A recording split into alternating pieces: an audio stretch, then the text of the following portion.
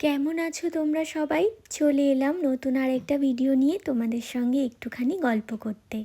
আজকে আমাদের বাজার থেকে এই মাছটা নিয়ে এসেছে। এই মাছটার নাম হলো সেলে ভেটকি মাছ। তোমরা কি কখনো এই মাছ খেয়েছো? কমেন্ট করে অবশ্যই জানিও।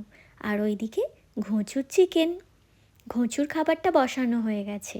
এই মাছটাকে নুন আর হলুদ মাখিয়ে রান্না করতে হবে। চলো তাহলে ঝটপট রান্নাটা শুরু করে দিই। মাছগুলোকে আমি প্রথমে লাল লাল করে ভেজে নেব।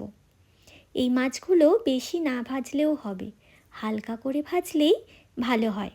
আর এইদিকে আমি আর একটা তরকারি বসিয়েছি, সেটা হলো কুমড়ো, আলু আর ডাঁটা দিয়ে তরকারি। এই তরকারিটা মিষ্টি মিষ্টি হয় আর খেতেও ভালো সুস্বাদু হয়। এদিকে দেখো আমার হালকা করে মাছ ভাজাটা কমপ্লিট হয়ে গেছে। এবার আমি মাছটাকে নাবিয়ে নেব আর ওই একই তেলে আলু ভেজে নেব। এখানে আমি মাংসের মতো করে টুকরো করে আলু কেটে নিয়েছি। আর এই আলুটা ভাজার পরে এর মধ্যে আমি মশলা দিয়েছি পেঁয়াজ, আদা, রসুন, টমেটো, কাঁচা লঙ্কা। ঠিক যেমন আমরা মাংসর মশলা করি তেমনভাবেই এই মাছের তরকারিটাও করতে হয়। আর খেতেও কিন্তু দুর্দান্ত স্বাদের হয়। ভালো করে কষানোর পর আমি এতে গরম জল ঢেলে দিলাম। গরম জল মানে উষ্ণ গরম জল। একদম ঠান্ডা জল দিলে রান্নার টেস্টটা নষ্ট হয়ে যায়, তাই আমি হালকা উষ্ণ গরম জল করে এতে দিই। মাংসের তরকারিতেও আমি ওইভাবেই রান্না করি। ওইদিকে করতে করতে এই তরকারিটাও প্রায় হয়ে এসেছে। এটা এবার নাবিয়ে নেব। এই তরকারিতে বেশি মশলা দিতে লাগে না, শুধু একটু আদা বাটা দিয়ে আর নুন, হলুদ আর একটু মিষ্টি দিলেই হয়ে যায়। এখানে আমি 2 গ্লাস লস্যি বানিয়েছি, টক দইয়ের লস্যি। পিকুকে দিয়ে আসি। আর আরেকটা জিনিস আমাদের হয়েছে, সেটা হলো সজনে ফুল। এই সময়টা সজনে ফুল খাওয়া শরীরের পক্ষে খুব ভালো। কদিন পরে তো ওইগুলো আর পাওয়াই যাবে না, এখনই খেয়ে নিতে হবে।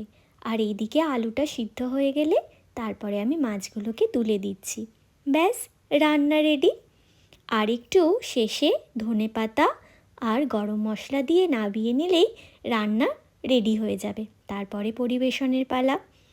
দেখতে ভালোই হয়েছে, এবার ওরা খেয়ে বলবে কেমন হয়েছে। তোমাদের সঙ্গে আমার এই ছোট ছোট মুহূর্তগুলো শেয়ার করতে আমার খুব ভালো লাগে, তাই তো প্রতিদিনের আমার টুকটাক মুহূর্ত তোমাদের সামনে তুলে ধরার চেষ্টা করি।